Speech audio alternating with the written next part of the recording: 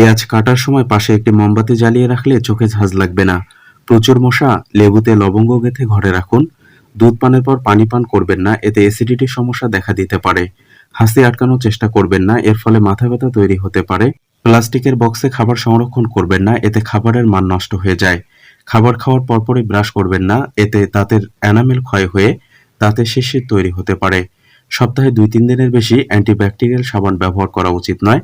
Tight jeans পরা থেকে বিরত থাকুন, এটি ত্বকে তাপ সৃষ্টি করে, ফলে চুলকানি ও ত্বকের বিভিন্ন সমস্যা হতে পারে। টক ফল খেয়ে পানি খাবেন না, এর ফলে বদহজম ও অ্যাসিডিটি হতে পারে। ব্রণ দূর করার জন্য মুখ মুছতে পরিষ্কার কাপড় ব্যবহার করুন। চা পাতা ফেলে দিবেন না, শুকনো চা পাতার ধোঁয়ায় মশামাছি খুব দ্রুত পালায়। বেশি বেশি ফেসিয়াল টিস্যু মুখে ব্যবহার করবেন না, এতে থাকা রাসায়নিক দ্রব্য ত্বকের ক্ষতি করে। খরচ কমাতে নতুন টাকার নোট মানিব্যাগে রাখুন, এতে আপনার মন চাইবে না টাকা খরচ করতে। মুখ থেকে ময়লা কমাতে ত্বক বেশি জোরে ঘষা মাজা করবেন না, এতে ত্বকের ক্ষতি হতে পারে।